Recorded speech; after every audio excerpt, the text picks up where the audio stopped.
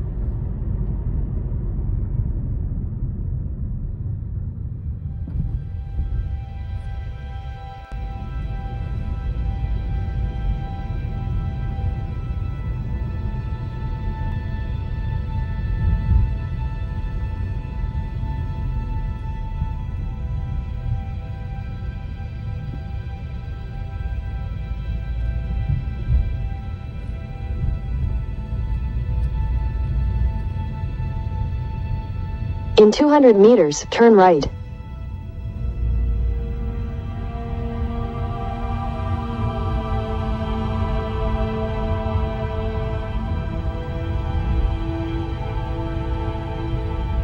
Turn right, then turn right.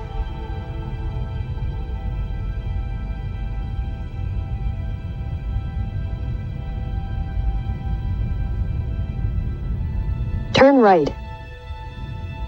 Head south right. Turn left. Head southeast.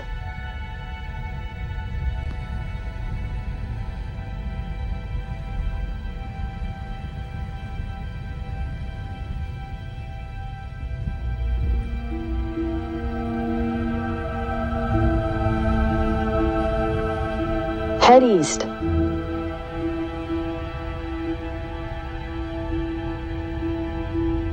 Head southeast.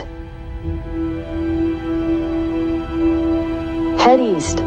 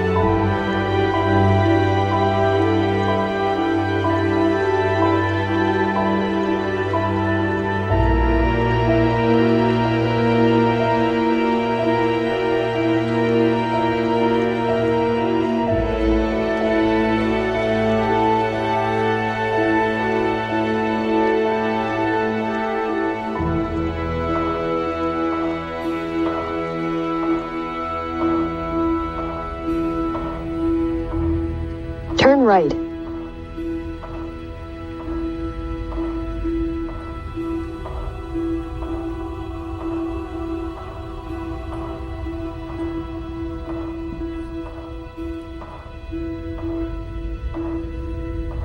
Turn left.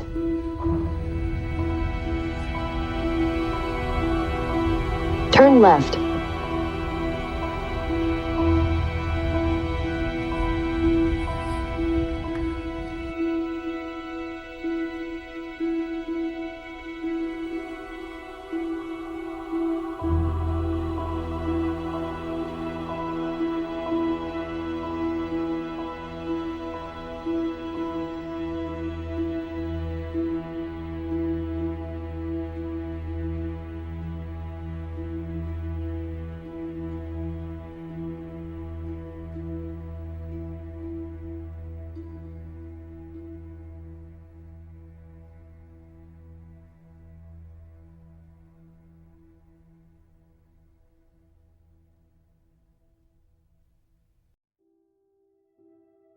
Our story begins in Agios Ioannis, a small Turkish Cypriot settlement on the northeast fringes of the Paphos district in Cyprus. The village lay northeast of the town of Paphos, southwest of the capital Nicosia, and nestled in the foothills of the Troodos Mountains. The Turkish community referred to it as Aydınköy or Ayyanni, and it was also surrounded by other exclusively Turkish Cypriot villages.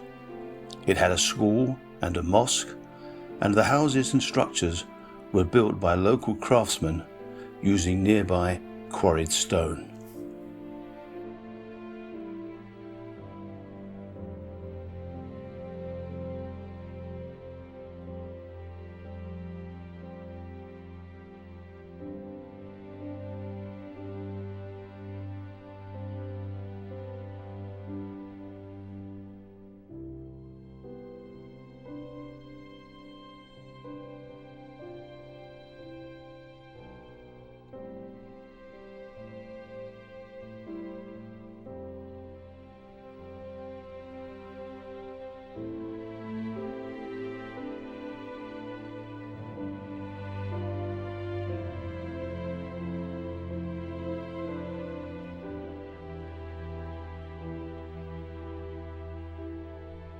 The area wasn't heavily forested, but there was enough vegetation and water sources to feed farmers' livestock and cultivate the land.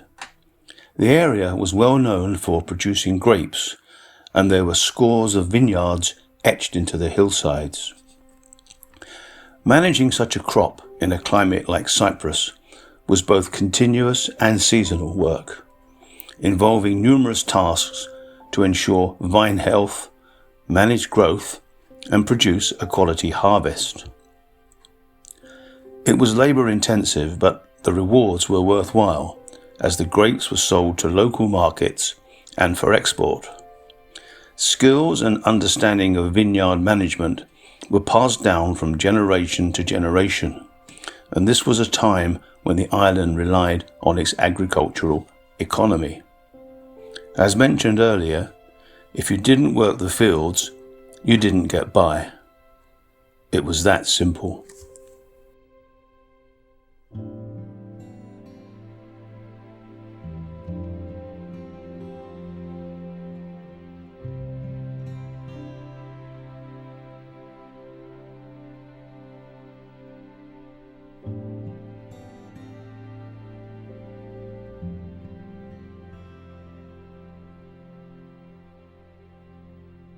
Although there had been intercommunal violence between the Greek and Turkish communities on the island during the 1960s, Ayyanni and the other nearby Turkish Cypriot villages hadn't been evacuated by the United Nations.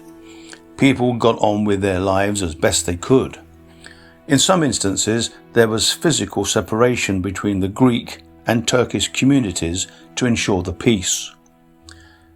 During these times, getting around was a laborious affair, but eventually some roadblocks operated and controlled by the local police were removed, allowing freedom of movement on the island for both communities.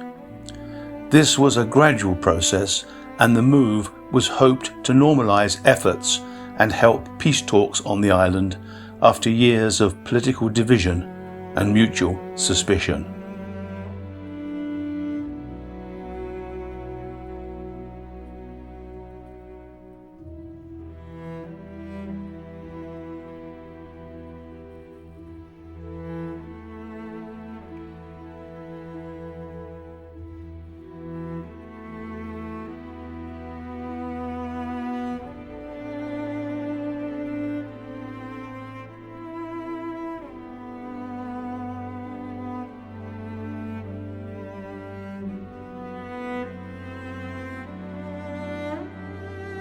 The illusion of peace was shattered, however, on Monday, 15th of July 1974, when Cyprus's president, Archbishop Makarios III, was overthrown in a coup by members of the Cyprus National Guard and EOKA-B, a right-wing organisation hell-bent on uniting Cyprus with Greece and supported by the mainland Greek military junta. All roads led to Athens, with the Greek military looking to fast-track enosis, union with Greece, and score political points in the process. The president managed to elude his captors and certain death, and he made his way from his presidential palace in Nicosia to the Paphos district, where he broadcast on the radio that he was still alive and that Cypriots should resist the coup members and their supporters.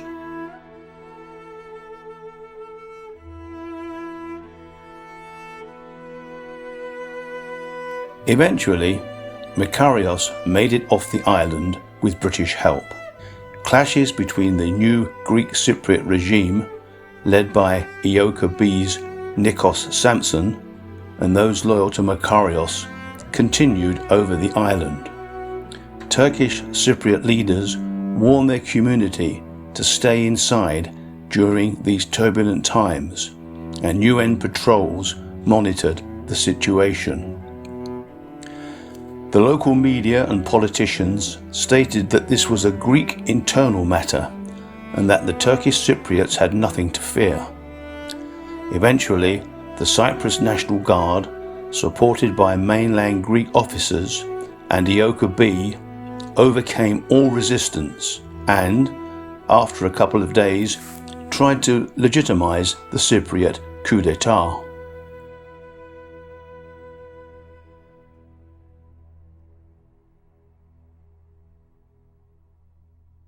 Further, more in-depth analysis can be found in the book Cyprus 1974, Conflict in the Mediterranean, No Control, No Conspiracy, written by Andrew Southam, which sheds light on events before and after the coup.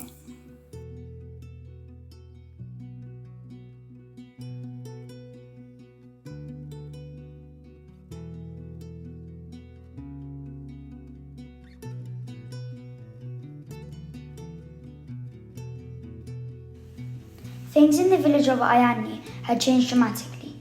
The small Turkish settlement now housed over 1,000 citizens in 1974, and numbers had been boosted by arrivals from other villages during the intercommunal troubles of the 1960s.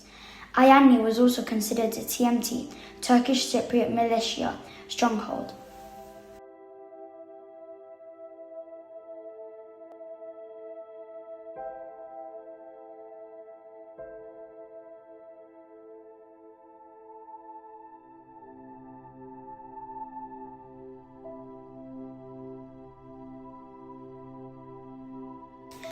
July 1974. News reached us that the Turkish army had landed on the island by air and sea. From our position in the village of Ayyanni, we could see Greek forces, probably EOKA-B and National Guard elements, gathering on the opposite hillsides, ready to launch an attack and try to overrun the village.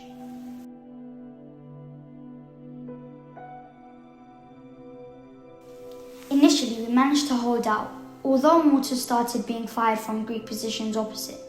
To help safeguard any infringement into Ayyanni, the villagers placed an old bus at the entrance to the settlement. The Greeks, with superior firepower and armed men, headed down from the hills and mountains and with their own machinery bulldozed the bus aside and then entered our village. They rounded up the remaining residents and placed them in school buildings, their futures and fate uncertain.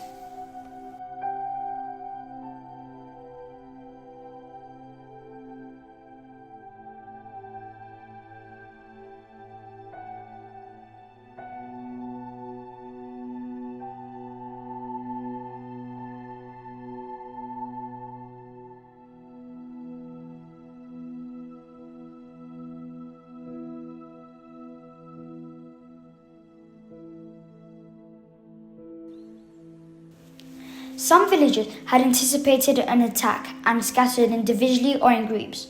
We made a run for it.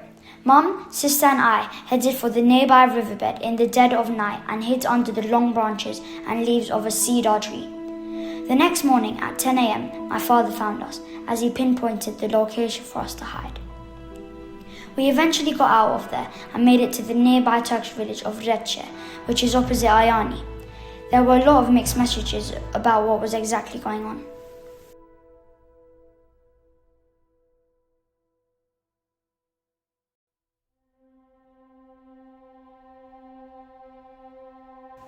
I believe that Recce had initially surrendered, as I seen villagers' guns stacked in the village square awaiting Greek forces.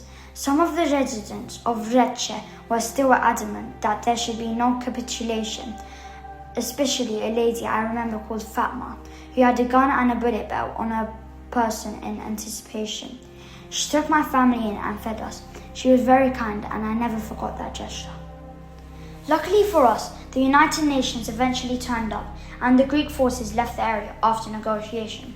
We had lost contact with my other brothers, who had dispersed after the initial fighting. It was only later that we found what had happened to them. Upon inspection of Ayyanni, we had found that the Greeks had looted and damaged property, even taking tiles off house roofs.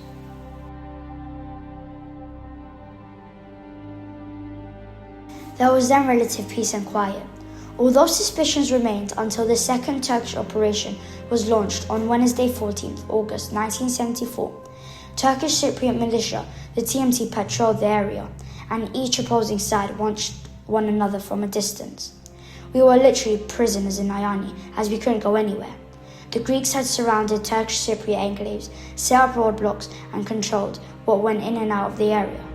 It was unknown if the Turkish army would push south to capture this part of Cyprus.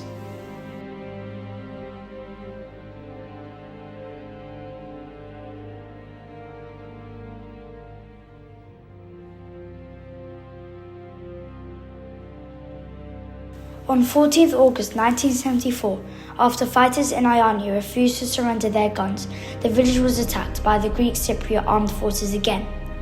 On the same day, there had also been casualties in the village. Armed Greek forces demanded that a Turkish flag be taken down from one of the houses. A man who I knew went to do so, but was shot dead, probably by a sniper. There were other fatalities reported. Turkish Cypriot fighters defended the village for almost 3 days, but eventually some fled and sought refuge in the mountains. Greek Cypriot forces subsequently entered the village, and this time the remaining Turkish Cypriot fighters surrendered their guns. Following this event, some of the inhabitants of Ayyanni secretly fled over the mountains to the Turkish-controlled part of the island, or to the Akrotiri British sovereign base area.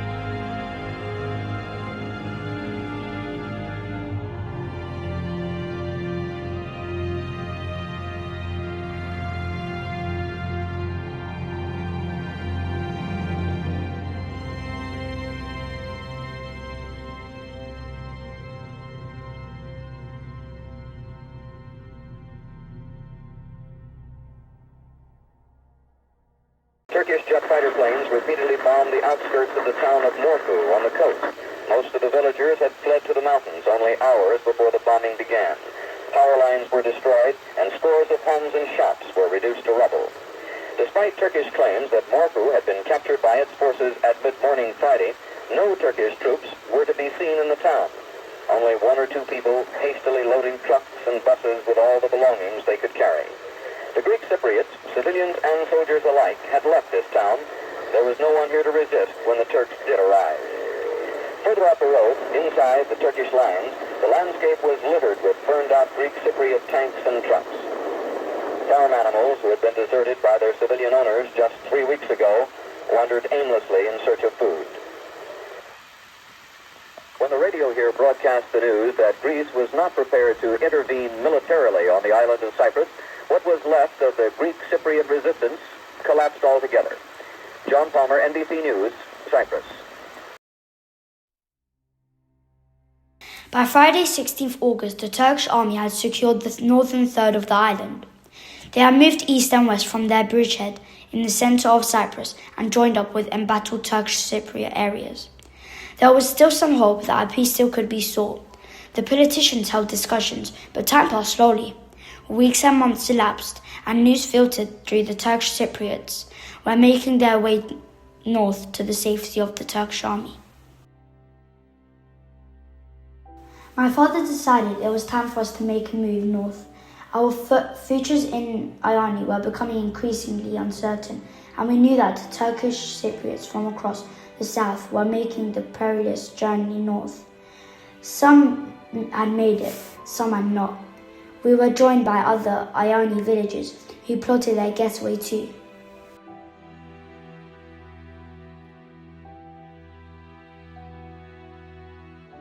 We believed we knew the terrain better than our enemy, but didn't have the luxury of wooded areas and weapons to navigate our escape out of what was hostile territory. The Greeks anchored at the Turkish army landings were looking for revenge and human shields, and we were prime targets. Reports reached us of harassment, intimidation, threats, and worse for the escapees. 6 months had now elapsed, and President Makarios had returned to Cyprus. He offered clemency and leniency to the coupists and wanted to forge a Greek Cypriot united front to resist and combat the Turks. Even in war and strife, entrepreneurship can flourish, and there is the age-old adage that economics will always trump nationalism. News had filtered through that Greek Cypriots were prepared to take Turkish Cypriots near to the green line that separated Cyprus in exchange for money. From the buffer zone, the Turkish Cypriots would then have to navigate their way to the north and elude Greek forces, who were patrolling the areas near the green line. The time had come to make our escape over the hills and the mountains to the north. The odds of making it were not great. Apart from the onset of a Cypriot winter, we had to navigate a testing terrain and evade Greek forces who were on the lookout for Turks. I remember seeing my father hand over money to a Greek Cypriot man who had a tractor and a trailer. My family and I boarded the vehicle along with other willing and paying participants. However, our journey to freedom was cut short. The Greek Cypriot driver stated that there was a lot of Greek patrols in the area and it wasn't safe to continue. We had to disembark and make our way back to the village. This was our first unsuccessful attempt. Not long after, we attempted our second mission to the north. The local Turkish militia instructed my family to carry a Bren gun with them and allocated us 500 bullets in case we ran into trouble. Again, the Greek Cypriot man boarded us onto his tractor and trailer, and we made our way back to the rendezvous point as before. News also came through that other Turkish Cypriots had made it and that there were scouts making the journey north and south to enable others to cross.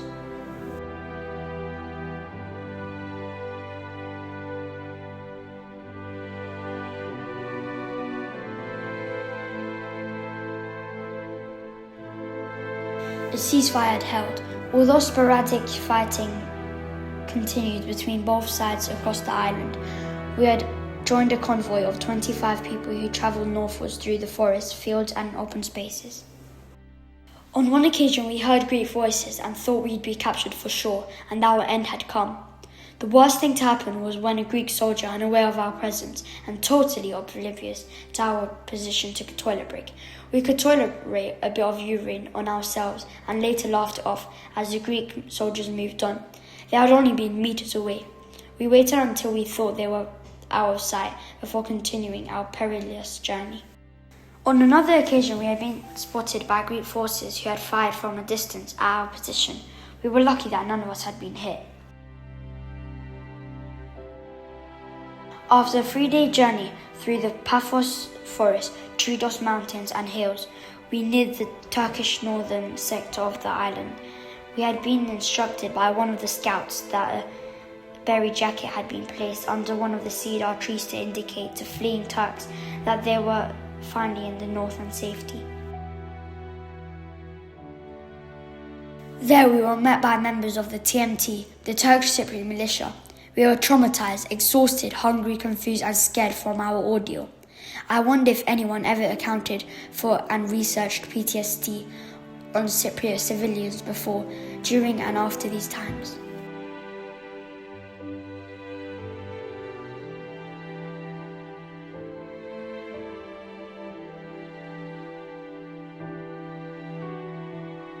By car, the journey from Ayyanni to Limnitis, where we ended up, would have taken a couple of hours through the Troodos mountains, but we didn't have that luxury.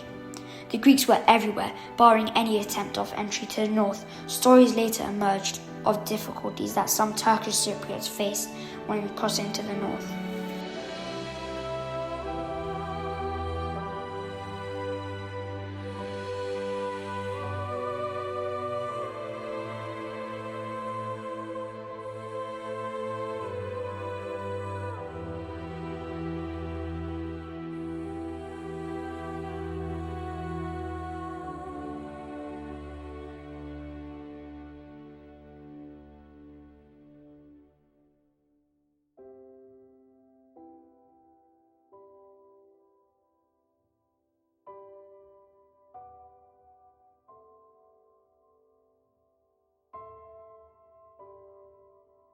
Limnitis, known as Yeşilırmak, Green River, to the Turks was a Turkish Cypriot enclave in the Tileria region of the Nicosia district.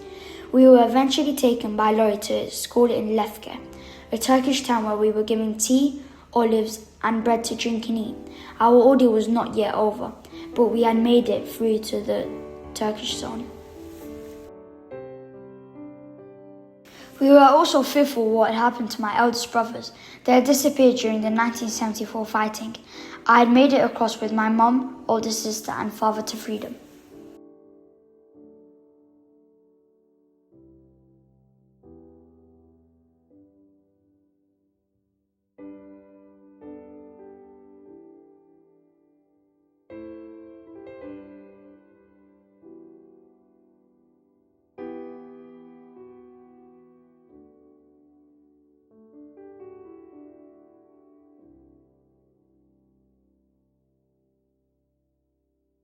It was then decided that we needed temporary accommodation and we were taken to the village of Zodia, a few miles away south of Morphou. The new muhtar of the village chose people's houses. It was nighttime when we arrived and were directed to our located property. We rang the doorbell and were greeted by my 2 elder brothers. It emerged that as they were students, they had been picked up by British UN personnel and taken to safety.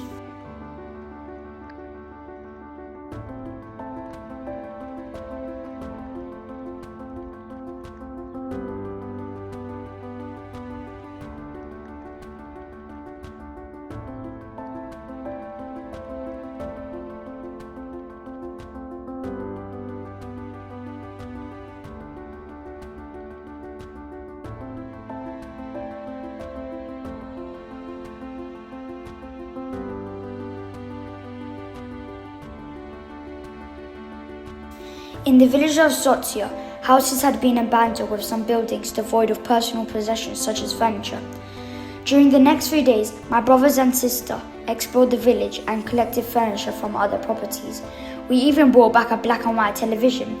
We thought all we had to do was sit tight, wait for the politicians to sort out the Cyprus problem once and for all, and then we could head back home to Ayyanni. I'm sure a lot of people had the same inclination and that things would go back to normal. There was no real food in the house, so we went scavenging in abandoned buildings and brought home what we could.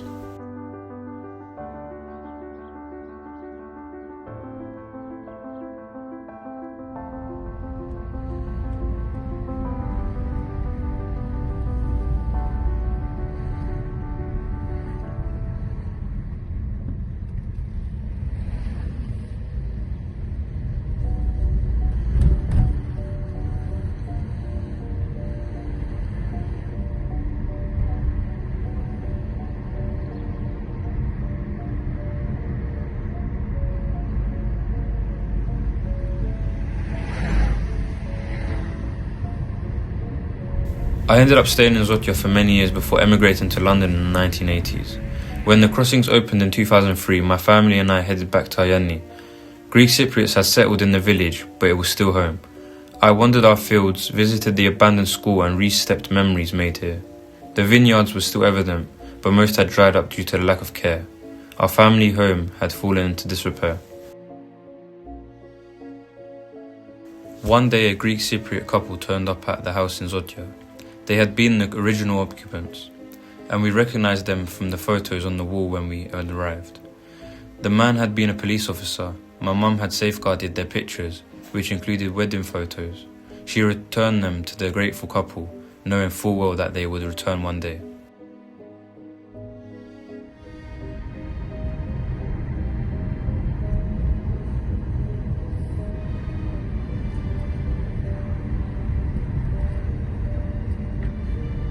Greek and Turkish leaders agreed to the transfer of their respective communities to specific ethnic administered areas. Due to the ongoing incidents, Greek Cypriots also endured hardship and suffered.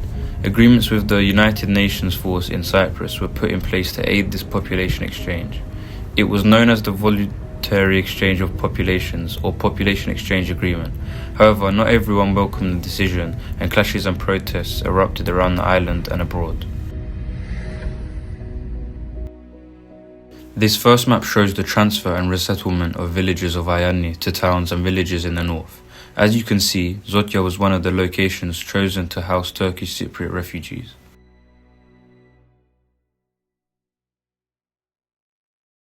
Zodia would also house Turkish Cypriots from the Paphos and Limassol districts from the south. This was meant to be a temporary measure, as people honestly felt that they would return to their former lands and properties once a political settlement was established. What of the Greek Cypriots of Zodia? According to the PRIO, Cyprus Center reports on the internal displacement of people on the island. The original inhabitants of Zodia were placed in the former mixed village of Polemitia in the Limassol district, as this map shows.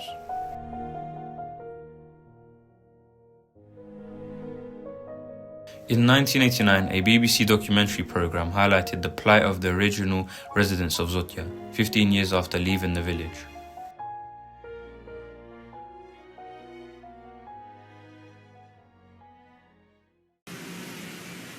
Those Greeks who died, or are still missing, are also enshrined and commemorated, as here in a club run by Greek refugees from the town of Zodia. The ones who survived haven't seen their homes in 15 years. Old-style houses. The dream of a lost ancestral home is the chief vernacular of this club, and of many like it. As ever in Cyprus, 1974 is yesterday, and the past is very fresh. Every month we are dreaming we are going to our houses by dreaming. And we are expecting the time to go there. So this is the dream of the Zodiacs. We are expecting it. With our passport, we can travel all over the world, except our house that we built, my family built, except our house. Yes. Mr. Elias, tell me how I would find your house, having to leave it to me to visit it. All right. Going from the main road from Nicosia to Morphou, you are arriving here just opposite to the elementary. Here is the elementary school, and opposite to the elementary school is my house. To the undisguised amusement of the BBC camera crew, I crossed the line and videoed Zodia for its former inhabitants. During my Pied Piper visit, I was able to record their former clubhouse and went on to see how traces of Greek presence had been erased or altered.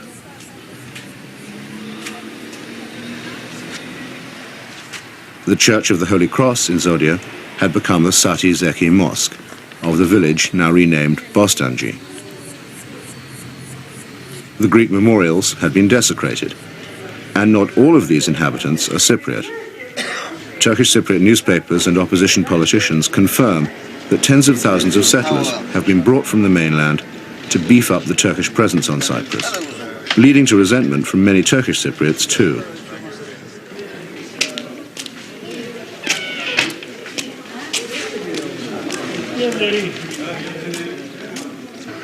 Ladies and gentlemen, this morning I went where you can't go, to your village of Zodia, and we were not allowed to film military areas, and inside the church of Kato Zodia, which has become a mosque, we weren't allowed to film. But what we've got, you will see, and I now present it to you. That's very nice of you.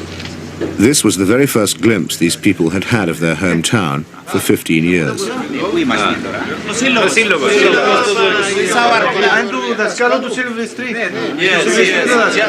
This is just opposite our club, yeah.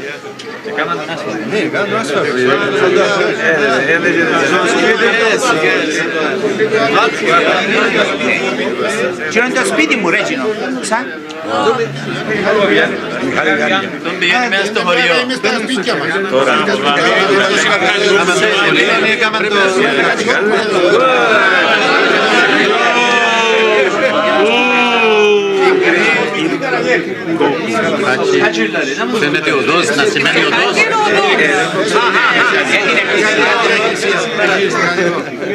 Yine seni agadı.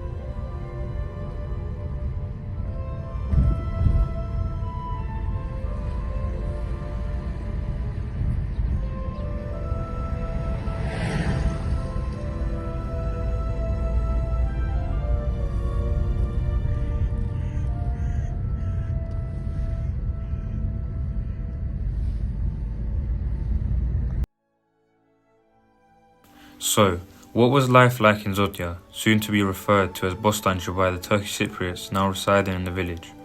Initially, the authorities wanted us to move to a village not far from Kyrenia, today known as Çatalköy, Agios Ioannis, on the northern coast.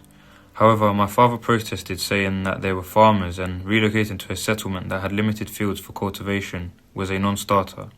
We had endured enough and were not moving from Zodia. In the back of our minds, we thought our stay in Zodia would be a temporary affair, as it was so close to the buffer zone. We thought in time that the village would be handed back to the Greek Cypriots as part of territorial adjustments, which would form part of a bi-zonal federation between the Turkish and Greek communities. Like others, we were leaving our fate in the hands of the politicians, who at the time were far apart on what would happen next.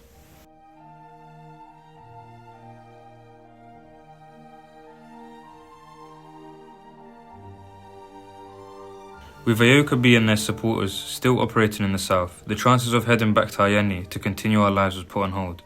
Our safety and security were paramount, and no reassurances by the authorities north and south would change our minds to make the hazardous journey back to Ayyanni. Some Turkish Cypriots did stay in the south and would not migrate.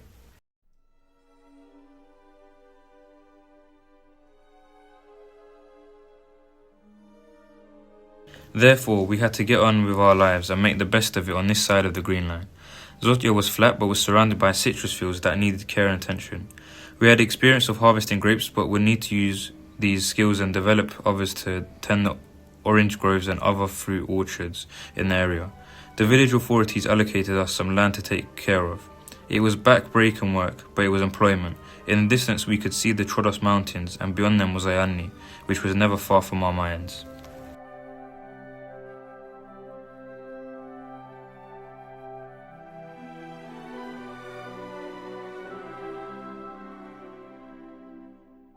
Now, as mentioned earlier, looking after orange groves needed skill and commitment, and the area around Zodia was lush with citrus trees.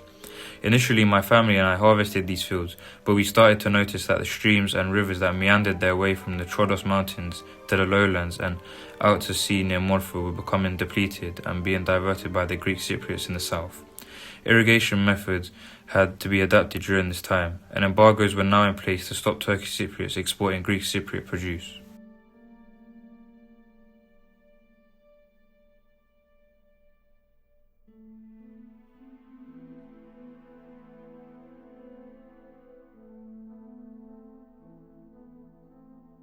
However, over the years we adapted to our surroundings. A local committee set up a football team in recognition of our past roots in Ayyanni, and the team briefly competed in the top division of the North Cyprus Football League. The team was called Bostanci Sports Club, and their stadium was built behind the house we lived in. Unfortunately, when the team was relegated in 2015-16, enthusiasm for the project petered out. The stadium fell into disrepair and currently lies dormant. The team disbanded when funding was cut, but for a few years it put Bostanci on the football map in this part of the island.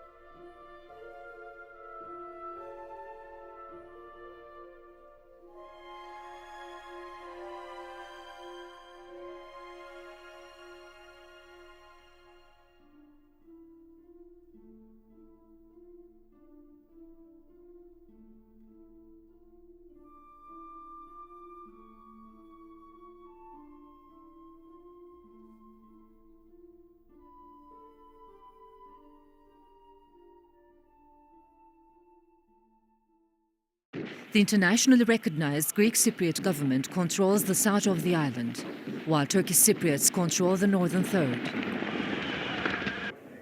It was in the north I met Abdullah Cangil. The 66-year-old Turkish Cypriot lives in the border town of Morphou. But the house was not always his. The 60s and 70s saw hundreds of thousands forced to relocate. Abdullah was one of them, moved north in a population exchange. You are taken from your house, from your village, and you are being moved to some unknown town. Of course, it was a tragedy for us. Like many people living in Morphou, he was given a house that used to belong to a Greek Cypriot family. The Geneva talks could see the town change hands, and people like Abdullah forced out. Despite nearly half a century here, he is remarkably philosophical. I can't say that I will be so sad to give the house to the real owners.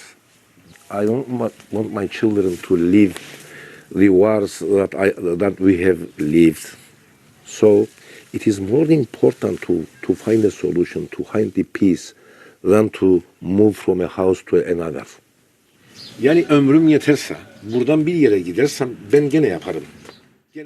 He tells me if I have to move out from here, I will have another garden in the new home that I make. But his attitude is not shared by everyone in Morphou. For some, any change will be painful and bitterly opposed.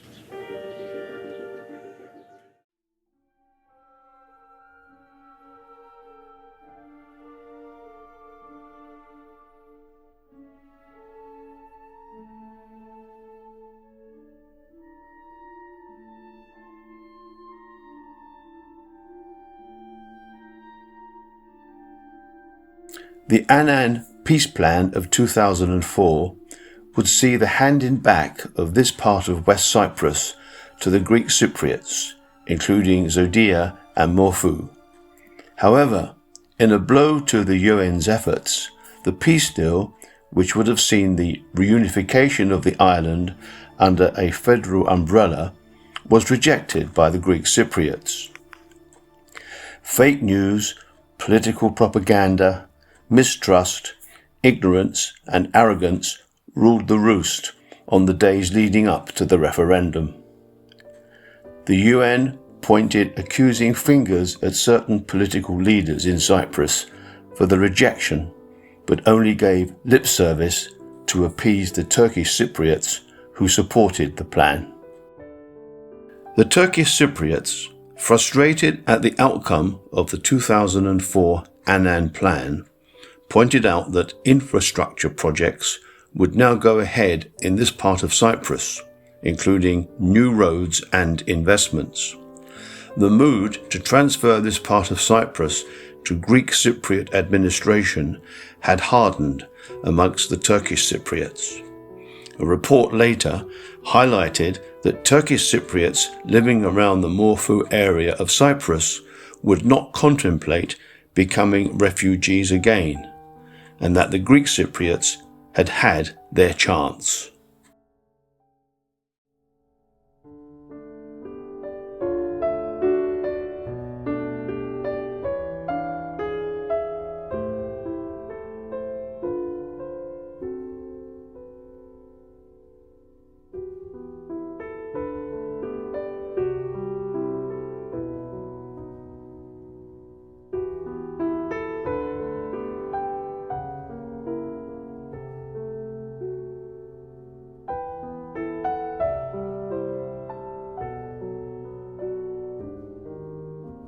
Some Greek Cypriots stated that had they agreed to the Annan plan, they would be labelled traitors. Reluctantly, they turned down the opportunity in 2004, fearing they would be labelled pariahs by elements within their own community. Others stated that they didn't trust the Turks to fulfill their obligations related to the Annan plan. In the meantime, life in Zodia, Bostanci continues, with politicians from both sides regurgitating the same messages to appease their own communities. Why solve the Cyprus problem when it generates so much money for a select band of individuals and their minions? This is the story of an uncomfortable truth. The road to Zodia.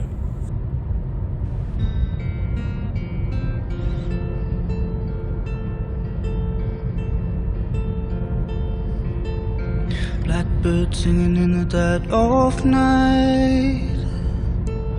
Take these broken wings and learn to fly. All your life, you were only waiting for this moment to arrive.